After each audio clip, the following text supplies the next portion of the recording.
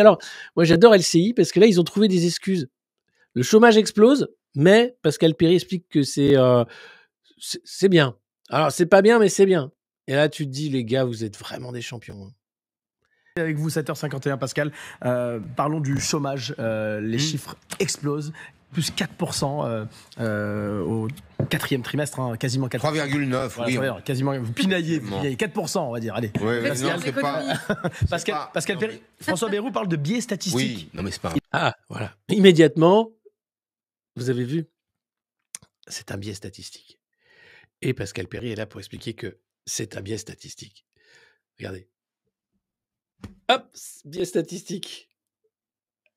C'est des prestigitateurs. Ils font des tours de magie incroyables. Regardez. Attention, vous êtes prêts?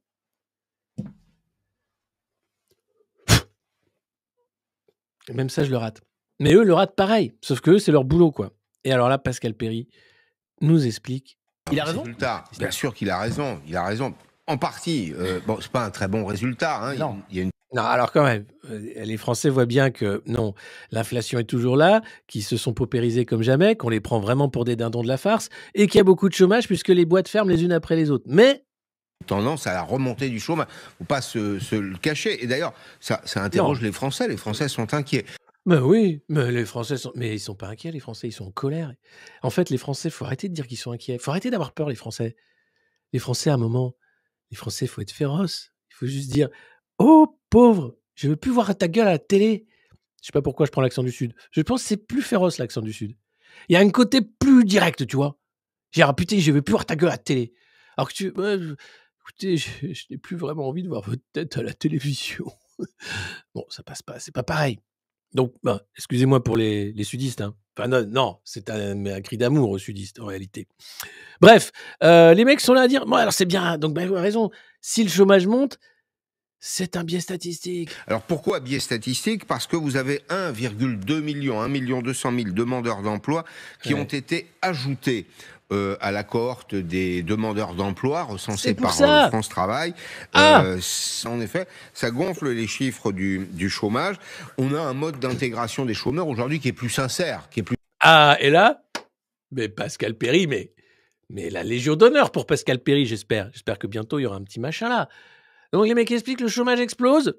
C'est grave. Oui, c'est grave. Mais attendez, parce que c'est François Bayrou qui dit que c'est un biais statistique. Absolument. Absolument. C'est un biais statistique. Et alors là, Pascal Perry, petite cerise sur le gâteau, au moins c'est honnête. Au moins là, on est dans un chiffrage honnête du chômage. C'est plus transparent, qui correspond à la réalité du chômage en France. 6,26 millions de demandeurs d'emploi, des catégories A aux catégories E. Alors, vous rappelez que la catégorie A, c'est le chiffre que vous évoquiez d'ailleurs, 3,9% d'augmentation. Ça concerne essentiellement les jeunes, d'abord, ce qui n'est pas une très bonne nouvelle. Ah, quand même, encore une pas bonne nouvelle, c'est les jeunes qui sont au chômage et les chômeurs de longue durée. Mais aussi les chômeurs qui sont en catégorie A, c'est-à-dire ceux qui n'ont strictement aucune activité.